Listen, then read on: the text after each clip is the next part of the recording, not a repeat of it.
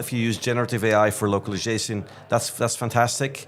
If you use it for your productivity software, that's fabulous. But beware, it's not just gonna take out everything out of your hands.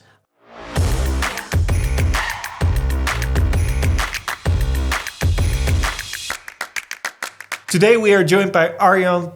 He started his career at Google in Dublin and then he switched to the agency side. He focuses on making the Netherlands' biggest independent media agencies even larger.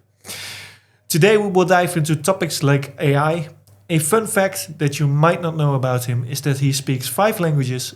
Today we'll have our conversation in English. Welcome Arjan. At the partner event that I visited, you had a session about international marketing teams. And I was wondering, what would be the first step for e-commerce entrepreneur to take before diving into this? Cool. Yeah. So the question pertains to expansion to your first international market.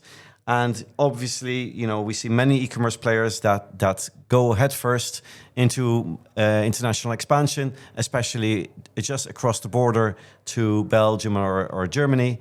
And I guess that's an easy step for many e-commerce owners to take, and it's pretty harmless to try your luck, try your hand in a bit of cross-border e-commerce and marketing. If you really want to figure out, is this market going to be successful for me, it's smart to first figure out what is the unique thing that your product is bringing to the table. Your e-commerce play, do you have a unique product? Do you have a unique service? So what's the product market fit that you're bringing? And is that something that competitors already are offering in this market? So you figure out your potential before really starting to invest in such market expansion. So taking that step back, doing that market research, figuring out local demand, local culture, and the intent. Maybe do your keyword research, and bridging that to, hey, what is my unique product market fit gonna offer here is really worth your while before diving in headfirst in such a market expansion. Yeah, and is that also something which you recognize, Ruben, with your clients? Yeah, of course. I think preparation is key in this part because, just what Arjan said is just dive into a market with the same strategy you have in the country where you start. It doesn't work that way. So what we see all the time is that entrepreneurs in the Netherlands that are trying to expand to, for example, Germany, they use the same website, the same pages, the same products, with not in mind that German people are way different than Dutch people in this case. So what we're trying to do is we try to bring in an expert, just like somebody that is a native German people that, for example, lives in the Netherlands. For example, we have one guy, he's here today as well. And he is a native German guy that lives in the Netherlands and knows the difference between the cultures.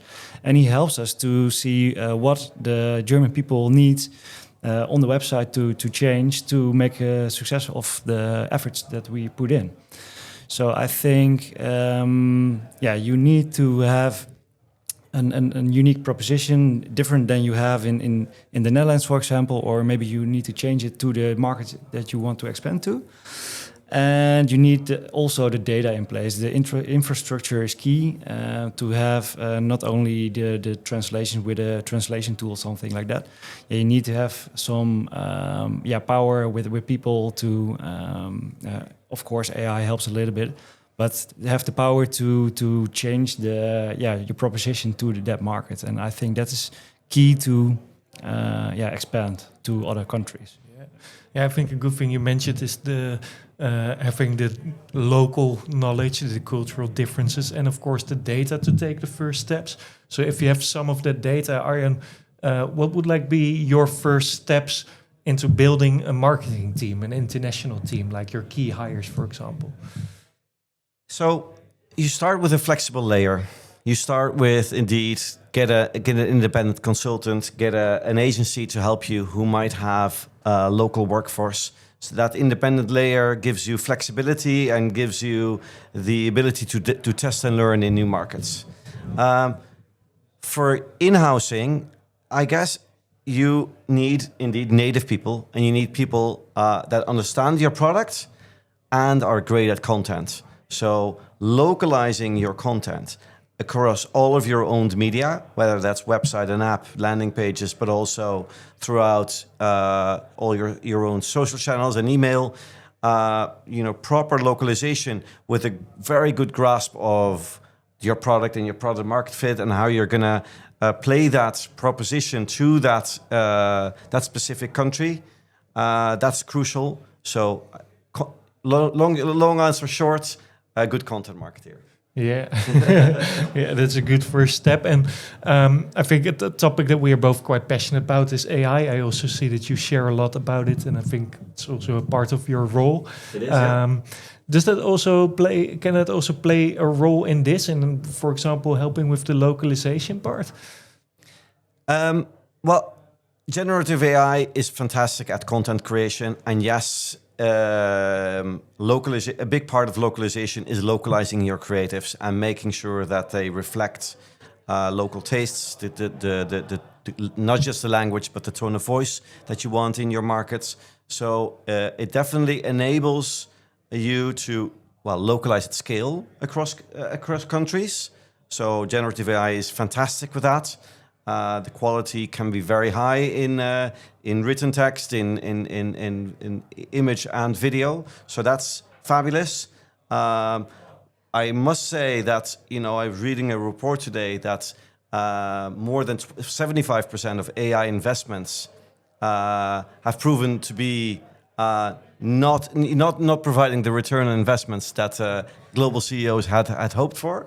So at the moment, if you say AI is the big enabler, there is a lot of test and learn going on, and so a good bit of disappointment also. But if you use it well, if you use generative AI for localization, that's fantastic. If you use it for your productivity software, that's fabulous. So there is definitely a lot that can make you productive already. But beware, it's not just gonna take everything out of your hands. I think still having that person that truly understands what makes your local consumer tick, and what is going to make you stand out from your competitor.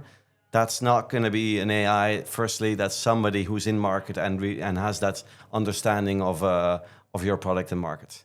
Yeah, I think I agree. I think one of the things with AI is that it doesn't really get humor as humans. At least I've never got a funny response from ChatGPT.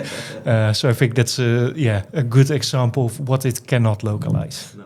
Yeah, and if I may weigh in, of course, AI does help a lot with the translation part from the content, that type of stuff. But in this case, for example, we have a client who sells covers for lounge sets for in your garden. And basically, we try to use the same proposition in the Netherlands and in Germany. But in Germany, it doesn't take off because of the website wasn't not coping with the with the principles that the German people want. And I think AI can't understand that part, and then you need human resources to see where is the mismatch in the fit, and where can you improve the fit in this case. So I think AI enables us to move a lot faster when we know what we need to change. Yes. But you need also people who spots the places where you need to make the change. So that's my point of view. Yeah, thank you. Yeah, well, thank you for being here, Arjan. And I'm looking forward to the drinks in a couple of hours. Thanks, Mark. And Great then to I be will on the speak to you. podcast. Thank you. Soon.